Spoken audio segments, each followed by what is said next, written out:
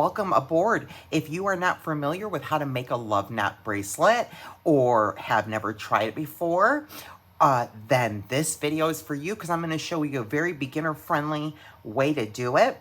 We'll go through supplies in a moment. If you are familiar with a love knot and just looking for a little design inspiration, this would be a great video for you as well because there's, so many great things about a love knot, guys, like a goddess or a ladder style. You can really change up the look of the bracelet simply by changing up your beads.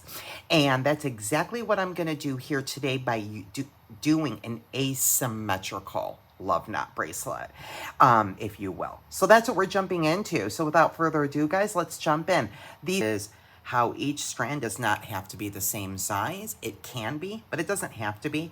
Now, in this case, obviously you can see it's asymmetrical, right? Two different beads, two different patterns.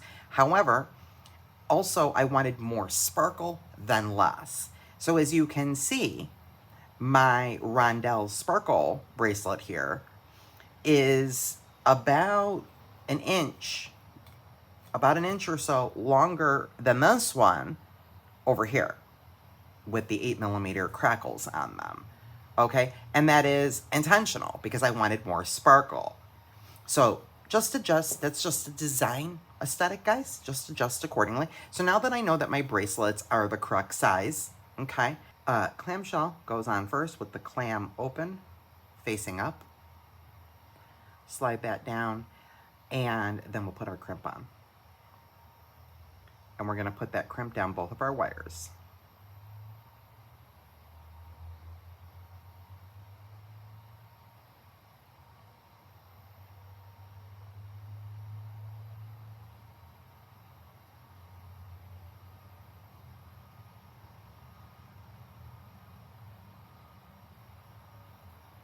Okay, and then what we're gonna do is we're gonna go ahead and make sure there's no gaps. It's already in kind of a half circle, so we're good with flexibility there.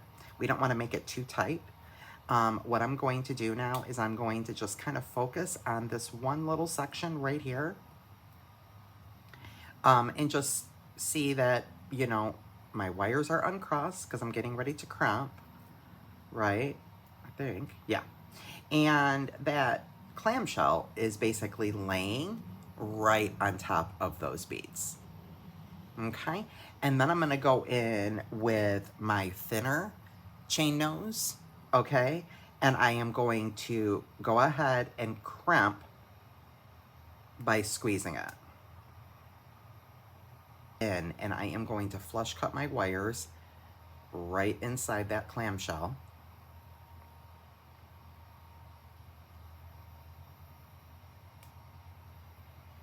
And get hold to it. And okay, and so let me zoom you guys in so now you can really see what I'm doing. Okay, so my wires are inside my clamshell, and now I'm going to go ahead and squeeze my clamshell a little bit with my fingers to get it closed, and then I'm going to grab a pair of chain nose and help it along the way by squeezing it on the loop portion. And once I've done that, then I'll go ahead and squeeze the belly a little bit and be very gentle with your clamshells. They will go in all kind of weird directions, but you want to get them as closed as you can.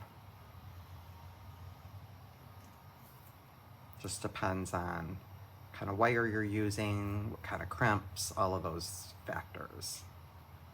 It's gone a little lopsided, but once I get a jump ring on there, I think we'll be good to go. And same thing over here. This one should be fine. Okay, and so showing you up close, this is what I have. Okay, so there's both of my bracelets, and they are both finished identical, and as you can see, one is just a hair bigger than the other. Okay, and out where our finished ends are opposite each other. So one bracelet goes under the other, and then you're going to grab from underneath that rondelle, that lower underneath bracelet, and you are going to simply take your end and put it through the other end of that rondelle bracelet, and it catches. You see that? And then you can kind of adjust. Okay, I'm gonna do it one more time. So we have our bracelets facing out. I'm going to take the rondelle and put it underneath. Now I'm going to take the underneath rondelle bracelet. I am going to pick it up. I'm gonna put it through the hole of the rondelle bracelet. Okay, and then I'm gonna continue holding where the finished end is, and then just pull. And that's it. Okay, and so that is what you have. So that is the hardest part. And then as you can see, and again, so I can kind of adjust a little bit just to make sure that, you know, my bracelets are straight. My closures, you know, are going to end up being where I want them to be. So basically what's really fun too, guys, about a love knot is you can see like the rondelle portion is on the top here on the love knot. If I wore it this way, if I wear it this way on my wrist, the crackle glass bead portion is on the top and the rondelle portion is on the bottom. So either way, it's going to be so beautiful. Okay, and then our measurement is basically 6 inches, which is I'm fine with, because by the time we add everything, we're going to be right where we need to be. And so all you have to do now, guys, is simply finish your ends. And in order to, and voila, we're all done, guys. We made a love knot bracelet with a couple of beautiful dangles. I will spare you the boredom of adding another jump ring on the side here, but I'm just gonna basically, guys, add one more 6mm jump ring right where the 6mm is, and the same on the other side. I will just add another 6mm jump ring right here, or an oval, either way, to give myself a little bit more length. And there's our cute little dangles on our love knot bracelet. And that's what that looks like.